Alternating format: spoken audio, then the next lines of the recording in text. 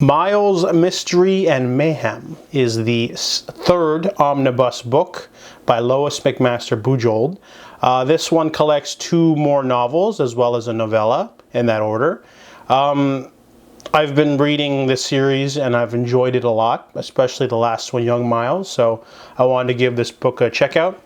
So this one starts off with Setaganda. It is a sort of political thriller story in the vein of Barayar. Miles and Ivan are sent to the dense planet of Cetaganda, which is something that we have only touched on in the previous book, but now we get a full look at the culture.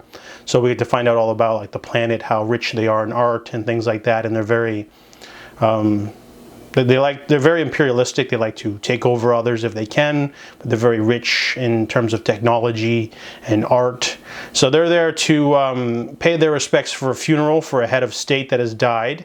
However, there is a murder, and Miles finds himself involved in it. In the story's opening sequence, he gets involved in it secretly, and it's all sort of conspiracy type story. Really interesting world because they introduced the Hout ladies. They are like genetically superior, I guess heads of state, I guess, but they have these float chairs with like a dome, so you don't get to see them. You see them, but you don't know who they are, and that's like a really interesting technology that's introduced. It is a fun, interesting political story. Some cool, funny elements. There's like some espionage stuff that's pretty funny at the start, and then we unravel the murder and everything. So Setaganda is a pretty solid novel, the first part of the book. The second part of the book, however, slows things down considerably. Ethan of Athos is a novella that doesn't have Miles Naismith in it. So it was weird to just see that. He's a doctor on the planet of Athos, which is a small backwater planet with only men. So most of the people there are gay, or they don't have to be gay, but they adopt children, create them with the uterine replicators.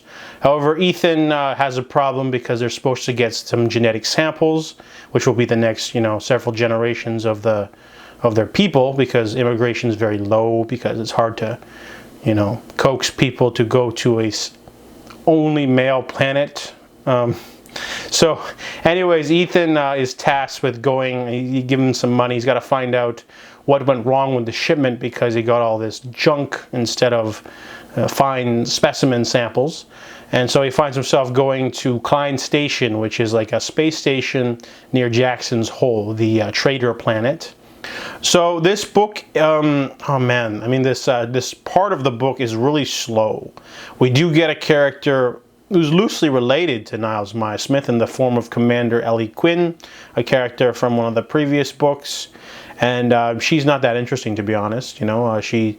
She has like her quirks and eccentricities, but they cross paths and get involved in an espionage plot on Klein Station. We do get some rich world building from Athos, which is like not very interesting because I doubt we'll ever go there again.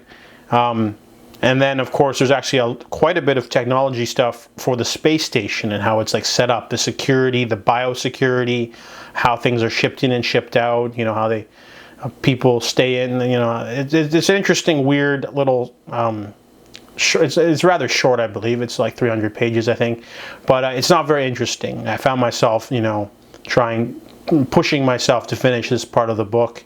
I had to like find out how many pages and just sort of like, sat through it, I felt it was a chore because the payoff wasn't very great and the characters were not very interesting.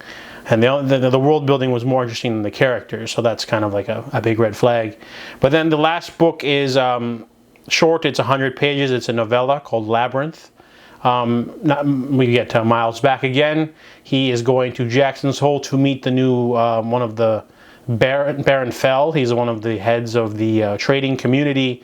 There are different factions on Jackson's Hole that are specialized in different things like weapons, cloning, things like that. So he's going there to pay his respects, but he finds himself getting roped into the sort of agenda of others, and a very strange story which had a really odd ending.